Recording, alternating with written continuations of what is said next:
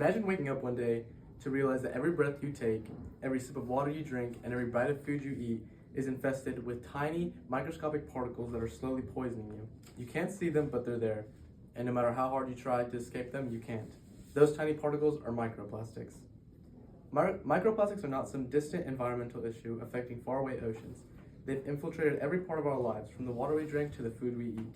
These tiny particles are now found in our bodies, our homes, and even in the air that we breathe. They are a growing threat to our health and our well-being. While researching, I discovered that microplastics are not just some environmental catastrophe, but a looming public health one as well.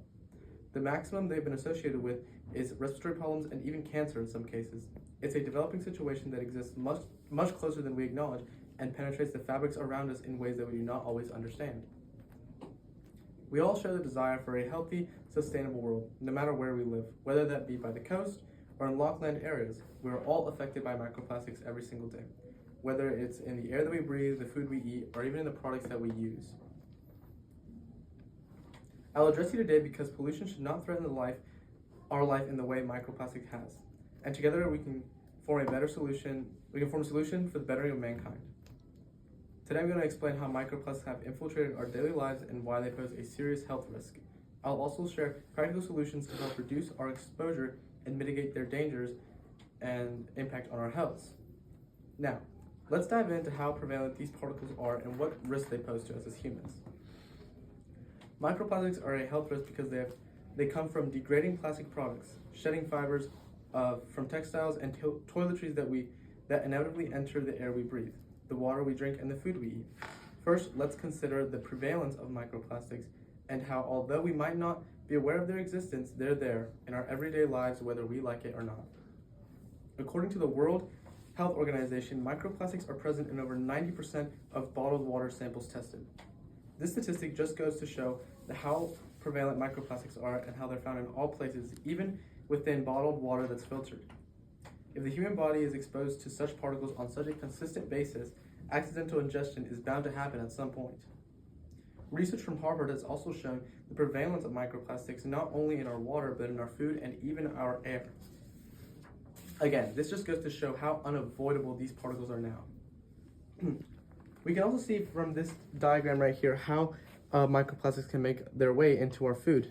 Say from a simple water bottle that's thrown into the ocean, it breaks down into smaller microscopic particles of plastic, and these particles are then consumed by fish or other marine life, and that marine life is then captured and then fed to us, which is then, you can see in this little picture how the plastic is inside the fish, which we then consume.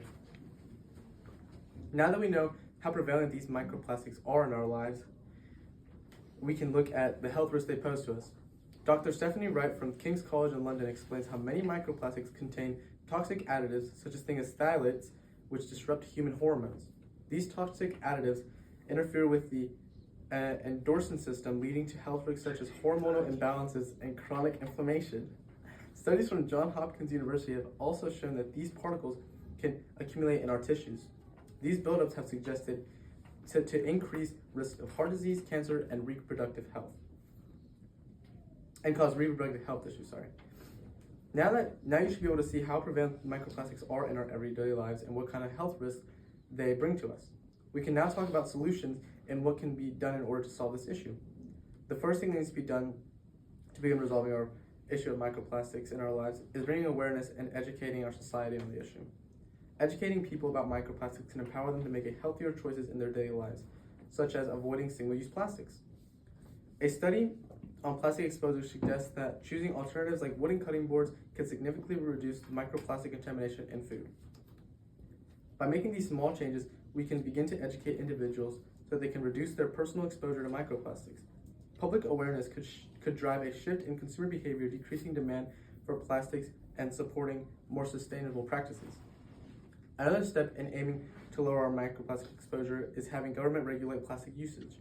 Consider Eastern countries like France, which have implemented bans on single-use plastics, significantly reducing plastic waste in their environments. The reduction in plastic waste and environments reduces the amount of particle traces in the air, food, and even their water. The EU also limits intentional addition of microplastics in things such as cosmetics and detergents. This acknowledgement of microplastics by the EU and direct attack to reduce them makes it so that less of them can be put into products for the public. Ultimately, I've explained how microplastics are infiltrating our lives too quickly and jeopardizing our safety. These microplastic particles, these microscopic particles of plastic and plastic items that were once grander and now broken down, fibers shed via clothing and skin creams, and they exist in our water, air, and all things we've learned to consume. Microplastics are everywhere, and we come into contact with them far more often than we realize.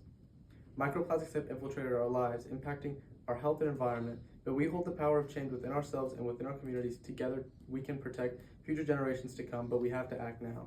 If we don't take action, this could become an even greater threat to our health and well-being. If you take away nothing else from this speech, just remember this: we all need to take action to combat microplastics, whether it's in our oceans, in the air we breathe, the water we're filtering through our Britas.